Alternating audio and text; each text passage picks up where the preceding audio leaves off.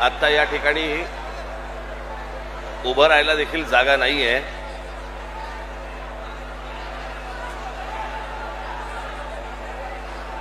काय झालंय अविनाश?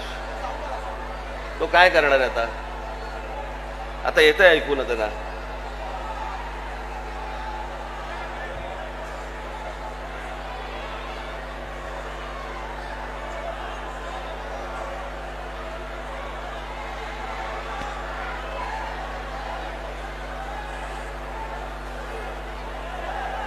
मुंबईतनं घरातून निघालो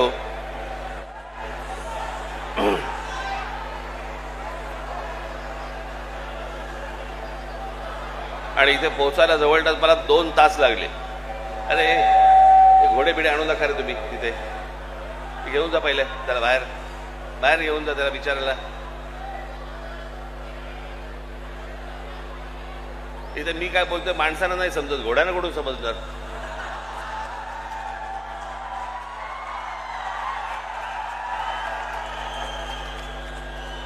त्या बिचा एक त्याला जागा करून त्या बिचारायला. उगाच कुठेतरी गर्दीमध्ये काहीतरी घेऊन येतात.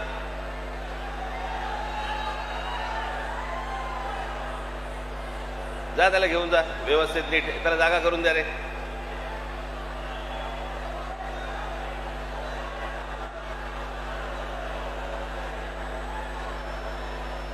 त्याला व्यवस्थित जागा करून द्या सगळ्यांनी जायला.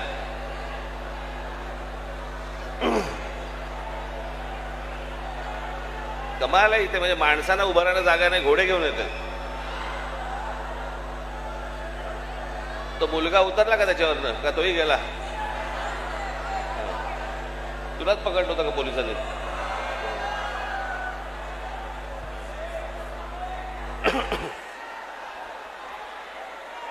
अरे त्याला जागा करून द्या जरा नीट व्यवस्थित.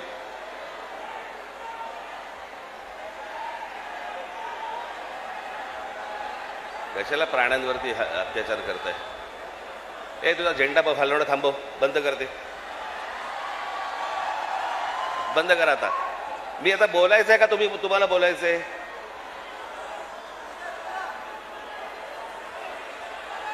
आणि हे बघा हे कोण आहेत आता? बसा ना आता शांत.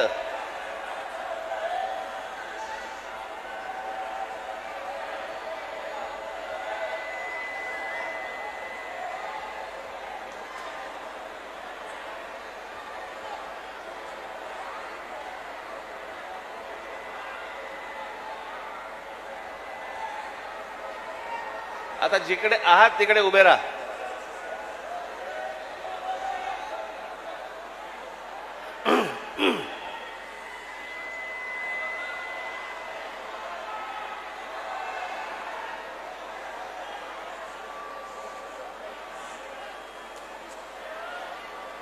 मला मुंबईवरनं इथे यायला जवळपास आता 2 तास लागले.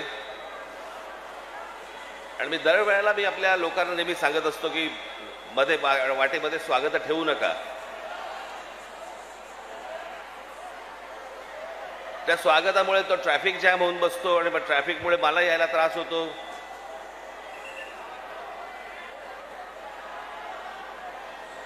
आज इकडे मीरा भाईंदरला मी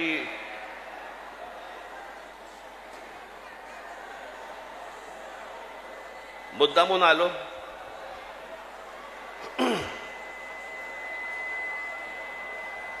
त्या दिवशी तो जो घडलेला प्रसंग होता इथला, काय चाललंय काय रे इथे? काय चाललंय तुमचं?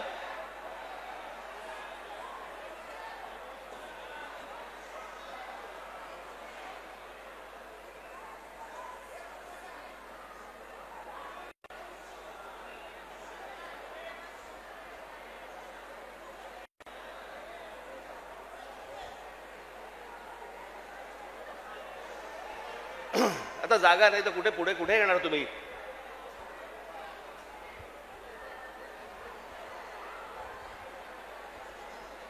त्या दिवशी इथे जो काही प्रसंग घडला, त्या काय कोणते मिठाईवाल्याचा काहीतरी झाला तो भाग. आता कानावरती जर मराठी समजत नसेल तर कानाखाली बसणारच मराठी.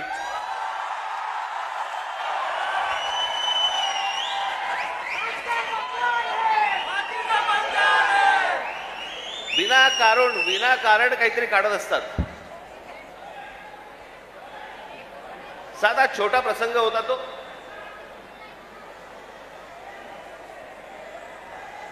मोर्चासाठी म्हणून तिकडे जे कोणी माझे मराठी सैनिक होते पाणी प्यायला गेले तर तो माणसाने विचारलं कशासाठी मोर्चा काढताय. त्यांनी सांगितलं हिंदी सक्तीचं केलं म्हणून. म्हणे इथे तर म्हणे सगळे हिंदीतच बोलतात म्हणे. हे सगळं हिंदीमध्ये चालू होतं. त्याच्यामध्ये त्या माणसाच्या अरेरावीमुळे त्याच्या जी काय कानफडीत बसायची ती बसली.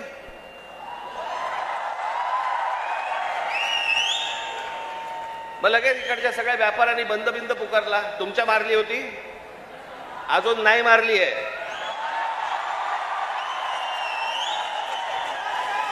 विषय समजून न घेता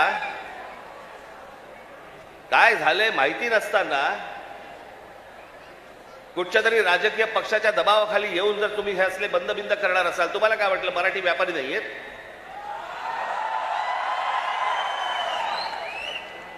दुकानं बंद करून किती काळ राहणार आहात? शेवटी आम्ही काहीतरी घेतलं तरच दुकान चालणार ना. महाराष्ट्रामध्ये राहताय, शांतपणे राहा, मराठी शिका. आमचं काही वावडं नाहीये, तुमच्याशी काही भांडण नाहीये. पण मस्ती करणार असाल इथे तर महाराष्ट्राचा दणका बसणार म्हणजे बसणार, एवढं लक्षात ठेवा.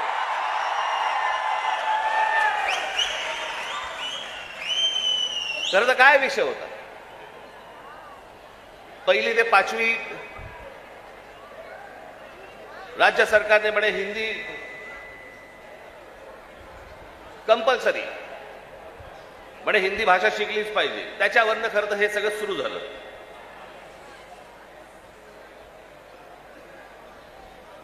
काल आमचे ते मुख्यमंत्री महाराष्ट्र राज्याचे देवेंद्र फडणवीस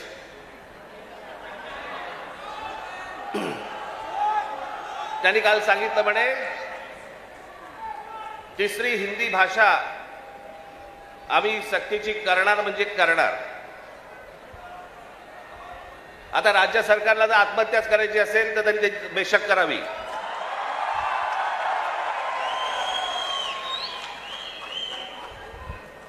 त्या दिवशीच्या मोर्चाच्या फक्त धसक्याने निर्णय मागे घ्यायला लागला होता.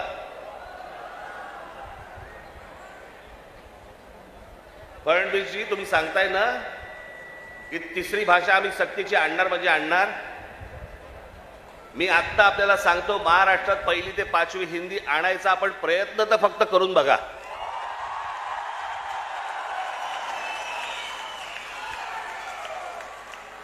दुकानं नाही, शाळाही बंद करीन.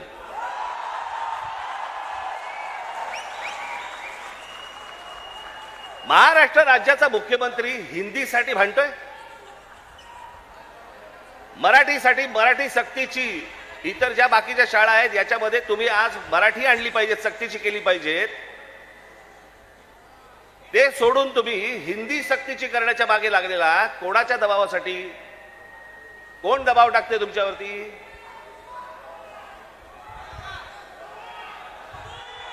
हे केंद्रामधलं हे केंद्राचं पूर्वीपासूनच आहे, काँग्रेस असल्यापासूनच आहे हे सगळं.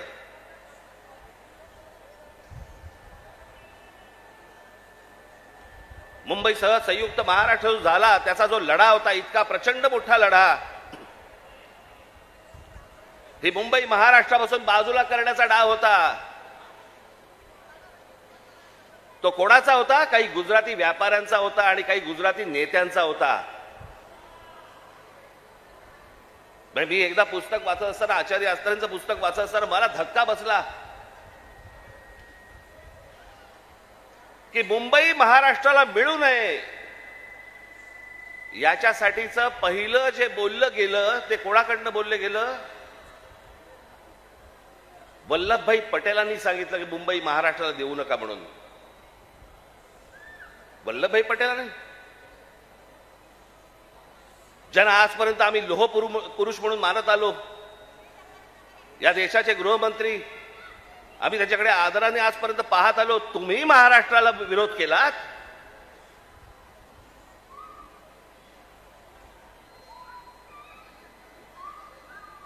ज्या ज्या वेळेला महाराष्ट्रामध्ये आंदोलन झाली आहेत त्या त्यावेळेला हे मोरारजी देसाई गोळीबार करून लोकांनी ठार मारले होते, मराठी माणसाला ठार मारले होते इथे महाराष्ट्रात. गेले अनेक वर्षांचा ह्यांचा मुंबईवरचा डोळा आहे, अनेक वर्षांचा. हे सहज नाही होते सगळ्या गोष्टी. मी त्या दिवशीच्या माझ्या भाषणामध्ये मी म्हटलं ना, हे चाचपडून बघतायत, तुम्हाला चाचपडून तपासून बघतायत की हिंदी भाषा आणली, बघू महाराष्ट्र विरोध करतोय का, बघू मराठी माणूस पेटतोय का, बघू मराठी माणूस जिवंत आहे का. आणि तो जर शांत दिसला तर हिंदी ही भाषा आणणं ही त्यांची पहिली पायरी असेल. आणि हळूहळू हळूहळू हळूहळू या सगळ्या गोष्टी करून मुंबई ताब्यामध्ये घ्यायची आणि ती गुजरातला मिळवायची, हे ह्यांचं स्वप्न आहे.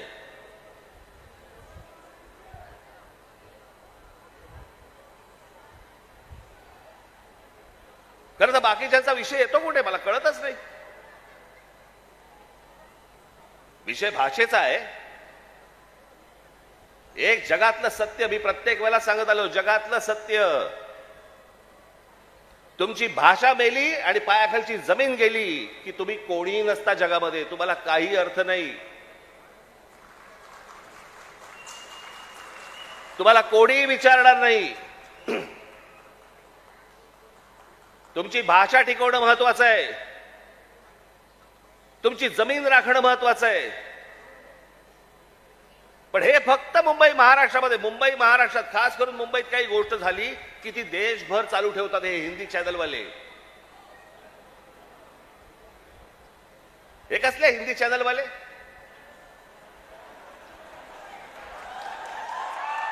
नाही, हे खरं तर या सत्ताधाऱ्यांच्या चपलेखालची ढेकणं आहे ती.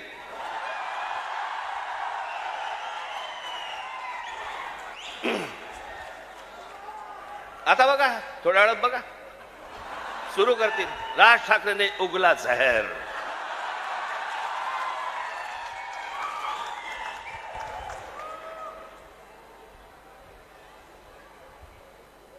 फक्त मुंबईत काही झालं, महाराष्ट्रात काही झालं तर हे सगळे हिंदी चॅनलवाले जाणून बुजून कोणाच्या तरी सांगण्यावरून, कधीतरी स्वतःच्या मनातून, स्वतःच्या रागातून हे पेटून उठतात.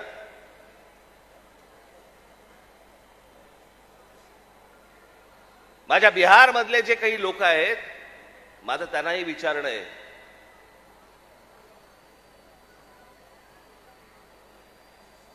की इथे मी आता आणलंय, इथे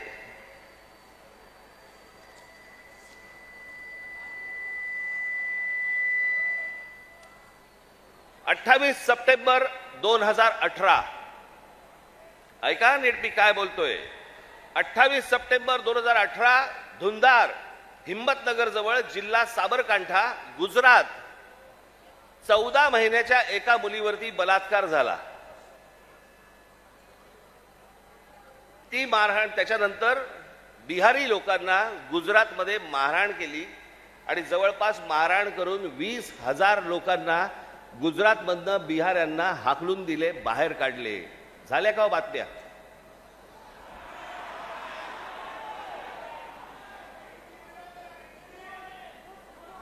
कुठेही बातम्या तुम्हाला दिसणार नाहीत. हा माणूस त्याच्यानंतर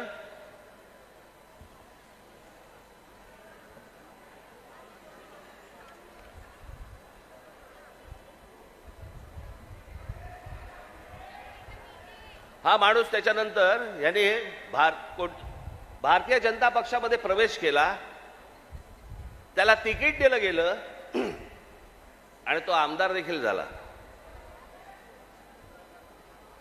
म्हणजे यांच्या राज्यामध्ये हे वाटेल ते करणार, बाहेरच्या राज्यांमधली लोक आतमध्ये घेणार नाहीत, त्यांना मारणार, हाकलून देणार. 10-10, 20-20 आत्ता परत झालं, आत्ता परत गुजरातमध्ये झालं आणि बिहारी लोकांना गुजरातच्या बाहेर काढलं. झाल्या बातम्या? नाही झाल्या. इथे एका मिठाईवाल्याच्या कानफडीत बसल्यावरती देशाची बातमी घडते, देशाची.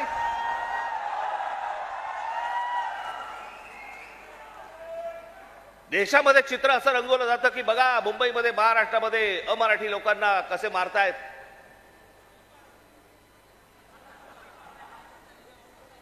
हे काय प्रकारचं राजकारण सुरू आहे देशामध्ये आपण लक्षात घ्या.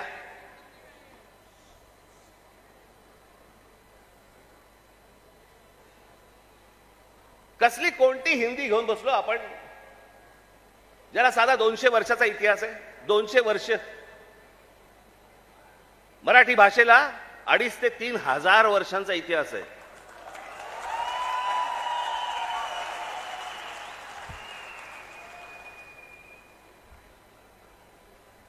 मराठी भाषेला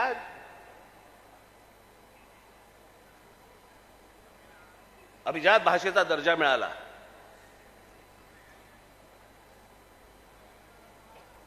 या शिवतीर्थावरती इथे मुंबईला पंतप्रधान नरेंद्र मोदींच्या समोर मी त्यांना सांगितलं होतं माझ्या फक्त 5 गोष्टी आहेत, 5 अटी आहेत गोष्टी. त्यातली एक पहिली, मराठीला अभिजात भाषेचा दर्जा तुम्ही द्या. पंतप्रधान झाल्या दर्जा दिलाय. वर्ष झालं 1 रुपया नाही आलाय. हिंदी भाषेला म्हणजे गंमत बघा, एखाद्या भाषेला जर समजा अभिजात भाषेचा दर्जा द्यायचा असेल तर त्याला कमीत कमी 1400 वर्ष जुनी ती भाषा पाहिजे. बरोबर ही अट आहे कमीत कमी. म्हणजे हिंदीला अभिजात भाषेचा दर्जा मिळायला अजून 1200 वर्ष आहेत. 1200 वर्ष आहेत. आणि ती भाषा तुम्ही आमच्या लहान मुलांवरती आणि आमच्यावरती लादणार. हिंदी या भाषेमुळे हिंदी चित्रपट सृष्टीतल्या नटनट्यांचं भलं झालं, ह्याच्या पलीकडे कोणाचं भलं झालं जरा सांगा मला. साधी गोष्ट आपण पकडूया की उत्तर प्रदेश, बिहार, मध्य प्रदेश, राजस्थान इथे हिंदी बोलली जाते. मग हे लोक उठतात आणि महाराष्ट्रामध्ये नोकरीसाठी काय येतात. जर हिंदी भाषेमुळे जर तुमचंच भलं झालं नसेल आणि तुमचीच राज्य मोठी झाली नसतील आणि तुम्हाला जर दुसऱ्या प्रदेशामध्ये जाऊन जर समजा तिकडे येऊन नोकऱ्या कराव्या लागत असतील, नोकऱ्या मागाव्या लागत असतील, गुजरात सारख्या राज्यामध्ये जाऊन तिकडे जर समजा तुम्हाला मार खावा लागत असेल, हिंदीने काय बसलोय आपण. आणि त्या भाषेसाठी म्हणून महाराष्ट्राचा मुख्यमंत्री पेटलाय. मला कारणच नाही कळलं.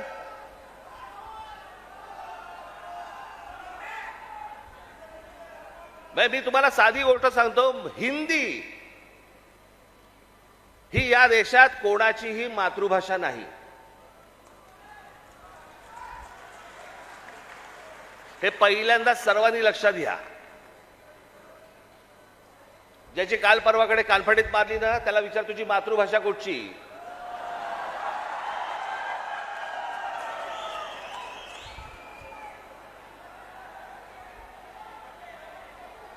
अहो हिंदी ही इकडच्या तिकडच्या सगळ्या कडबोळ्यातनं तयार झालेली 100-200 वर्षापूर्वीची भाषा.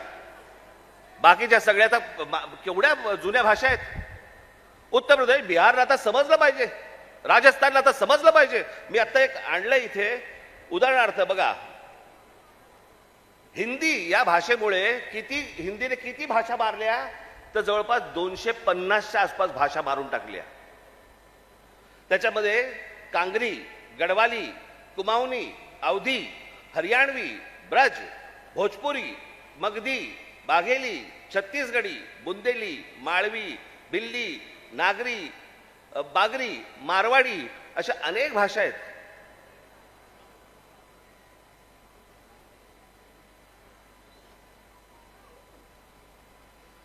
आता बिहारमध्ये ज्यांनी पहिली हिंदी ही भाषा स्वीकारली तिथे आजही 99% लोक मातृभाषा बोलतात, हिंदी बोलत नाहीत.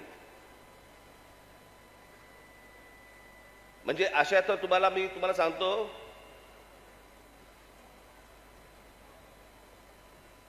हनुमान चालीसा आहे ना, हनुमान चालीसा ज्याला तुम्ही हिंदी म्हणता ते अवधी आहे, हिंदी नाही.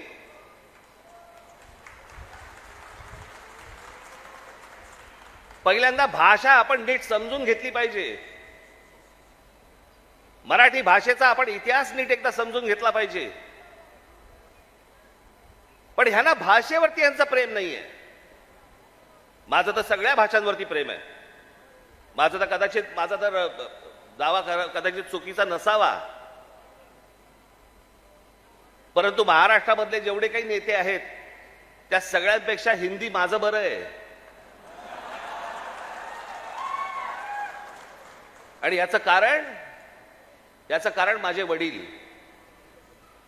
माझ्या वडिलांना व्याकरणासकट उत्तम मराठी तर येतच होतं, उत्तम इंग्रजी येत होतं, उत्तम हिंदी येत होतं, आणि माझ्या वडिलांना व्याकरणासकट उत्तम उर्दू येत होतं. भाषा कोणतीही वाईट नसते, कधीच वाईट नसते. जगातली कुठचीही भाषा वाईट नसते. हिंदी ही काही वाईट भाषा नव्हे. आमच्यावर लादणार असाल, नाही बोलणार जा.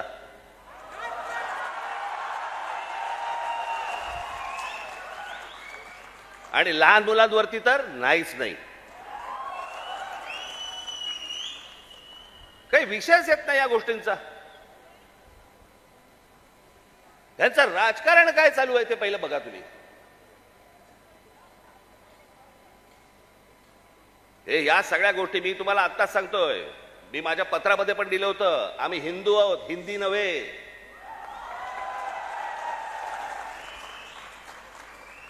पण हिंदुत्वाच्या बुरख्या खालून जर समजा तुम्ही माझी मराठी संपवायला येणार असाल, माझ्यासारखा कडवट मराठी तुम्हाला सापडणार पण नाही.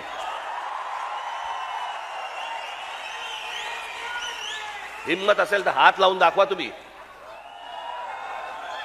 आणि हे सगळं षडयंत्र तुम्ही नीट समजून घेतलं पाहिजे. षडयंत्र. मुंबईला जर हात लावायचा असेल तर या ठिकाणच्या सगळ्या मीरा भाईंदर पासून तिथे पालघर पर्यंतच्या सगळ्या जेवढ्या मतदारसंघ आहेत, हे मतदारसंघ ह्यांना अमराठी लोकांचे करायचे.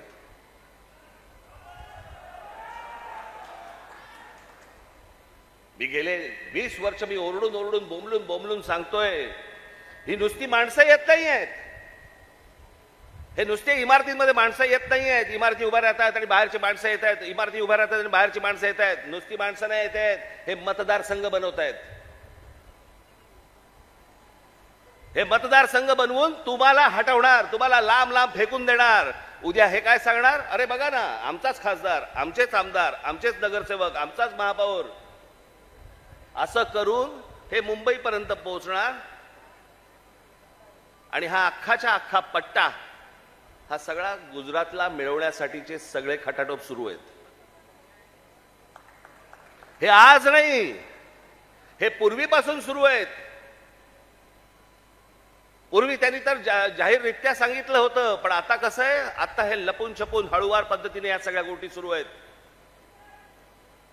हे काय षडयंत्र हे आपण नीट ओळखा, हे समजून घ्या.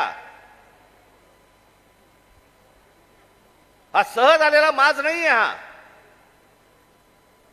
हे जे आज तुमच्या अंगावरती येतात आणि तुम्हाला सांगतात नाही मराठी नाही बोलणार, आम्ही नाही बोलेंगे, हा जो माज आहे ना, हा माज तिथून आलेला आहे. तिथून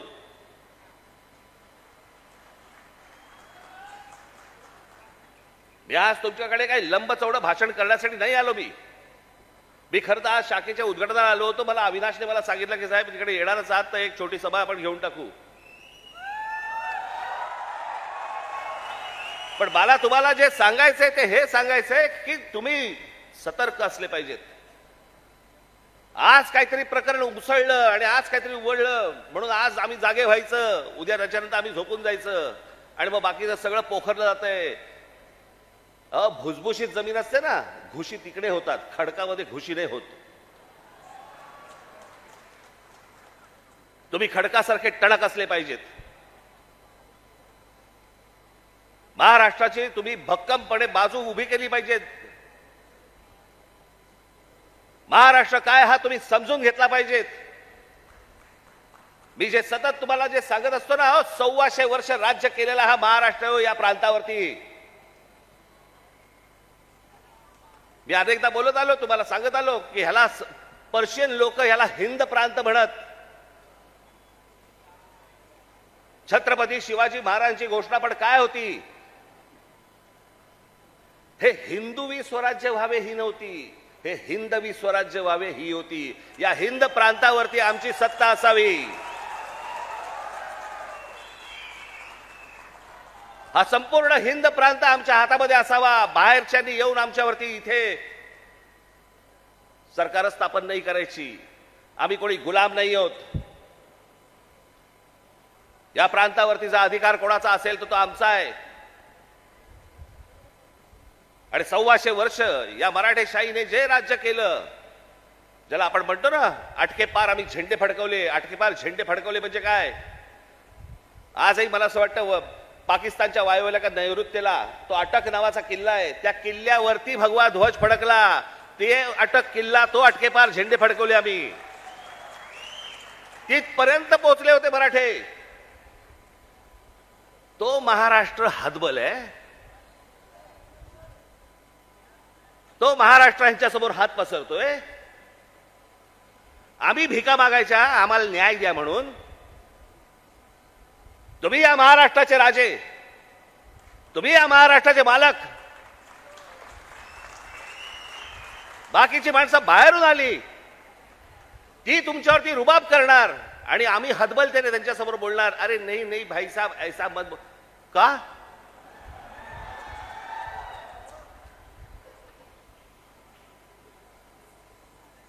स्वतःहून काही करायची आपल्याला गरज नाहीये.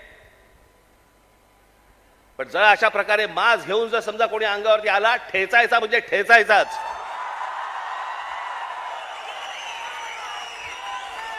त्या दिवशी तो कोणतरी भारतीय जनता पक्षाचा एक खासदार, कोणतरी दुबे नावाचा, कसा काय बोलला, मराठी लोगों को हम यहां पे पटक पटक के मारेंगे. झाली का हो केस त्याच्यावरती? हिंदी चॅनल वाल्यांनी दाखवलं का? पुढे चालवलं का? काही नाही. बघा कसं असतात, कसे असतात ते बघा. तू आम्हाला पटक पटक के मारणार? दुबे, दुबेलाच मी सांगतो, दुबे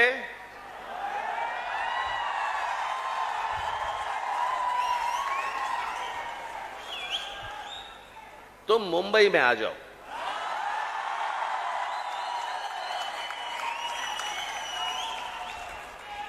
मुंबई के समुंदर में डुबे डुबे कर मारेंगे.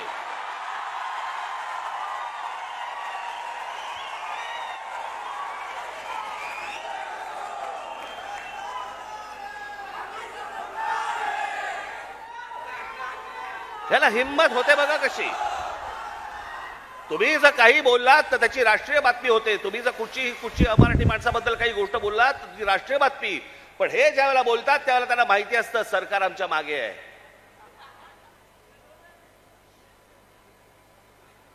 कारण सरकारच जर समजा या गोष्टी इथे लादत असेल तर या लोकांची हिंमत तर वाढणारच आहे.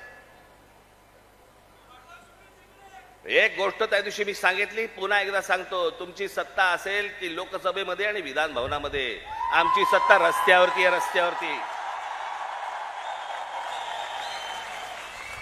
काय नाही. 56 इंचाची तुम्ही पण छाती बाहेर काढून फिरा. हा महाराष्ट्र आहे, तुमच्या बापाचा महाराष्ट्र आहे. परत कोणी जर महाराष्ट्रामध्ये वेडं वाकडं वागायचा प्रयत्न केला, माझा महाराष्ट्र सैनिक त्याचा गाल आणि त्याचा हात या सगळ्या गोष्टींची युती झाल्याशिवाय राहणार नाही.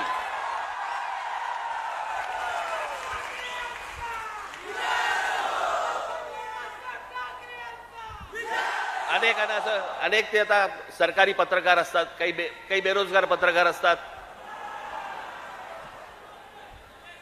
आणि मग ते बेरोजगार पत्रकार कुठच्या युट्यूब चॅनल बिनलवरती जातात आणि म्हणतात की तुम्हाला माहिती आहे की नाही, ही फडणवीसांनी लिहिलेली स्क्रिप्ट आहे. हा कोणता स्क्रिप्ट रायटर आहे मला अजूनपर्यंत कळलेला नाही, जो स्वतःचा अपमान पण त्याच्यामध्ये लिहितो. ज्याला हे सगळं मागे घ्यावं लागलं सगळ्यांकडनं दबाव आल्यानंतर मी हे दोन्ही GR मागे घेत आहे, हे स्क्रिप्ट रायटर लिहू शकतो. पण हे काय चालू आहे? हे तुमच्या मनात काहीतरी विष कालवणं सुरू आहे की हे बघा, हे आतून सगळे एक येतं, बघा हे सगळं असं सगळं सुरू आहे. कशाचाही संबंध नाही आहे. कोणाशी माझी मैत्री असो, दुश्मनी असो, काहीही असो, एक गोष्ट निश्चित सांगतो, महाराष्ट्राच्या बाबतीत, मराठी माणसाच्या बाबतीत आणि मराठी भाषेच्या बाबतीत राज ठाकरे कोणाशी तडजोड करणार नाही. याच्या आधीही केली नाही, आत्ताही केली नाही आणि पुढेही करणार नाही. मला असं वाटतं तुम्ही देखील त्याच पद्धतीने महाराष्ट्रामध्ये राहिलं पाहिजे, जगलं पाहिजे, वावरलं पाहिजे. आणि जे कोणी इथे राहत असतील मराठी लोक, मी त्यांची माझ्या एका मित्राचा दाखला दिला होता, बाकीच्यांनी देखील लवकरात लवकर मराठी शिकण्याचा आपण प्रयत्न करावा. आम्ही तुमच्याशी मराठीत बोलू. माझी तुम्हाला सर्वांना तुम्हाला सांगणं आहे, ज्या ज्या ठिकाणी जाल, दुकानात गेलात, बसमध्ये गेलात, ट्रेनमध्ये गेलात, टॅक्सीत बसलात, कुठेही गेलात, जास्तीत जास्त प्रमाणात म्हणण्यापेक्षा कायमस्वरूपी तुम्ही समोरच्याशी मराठीमध्येच बोला, त्याला मराठीत बोलायला भाग पाडा. अहो, आता माझ्याकडे कर्नाटकातला व्हिडिओ आलाय. कर्नाटकामधले तो माणूस तिकडे त्या रिक्षावाल्यांना हाकलून देतोय. बातम्या नाही होणार, कारण त्यांचे सत्ताधारी, त्यांची सरकारं त्यांच्या जनतेच्या, त्यांच्या लोकांच्या खंबीरपणे पाठीशी उभे असतात. वरती कोणी येऊ अगर न येऊ, हे महाराष्ट्रच फक्त भोगत आला आणि महाराष्ट्रच फक्त भोगतोय. त्यांना काय वागायचं त्यांचं त्यांनी वागावं. पण मला तुम्हाला फक्त एवढंच सांगायचंय की तुम्ही खंबीर राहा, तुम्ही कडवट राहा. जर तुम्ही घट्ट असाल, तुम्ही जे खडकासारखे टणक असाल, कोणी आतमध्ये शिरायचा प्रयत्न करणार नाही. आजूबाजूला कोण येतंय, कोण राहतंय, कोण काय करतंय, याच्यावरती सतर्कतेने तुमचं लक्ष असलं पाहिजे. एवढीच फक्त आज विनंती करण्यासाठी म्हणून मी आज आपल्यासमोर इथे आलो. आपण सगळेजण इतक्या मोठ्या संख्येने आलात, आपल्याला सर्वांना धन्यवाद देतो आणि फक्त एवढंच जाताना सांगेन, सतर्क राहा, सतर्क राहा, सतर्क राहा. धन्यवाद. जय हिंद, जय महाराष्ट्र.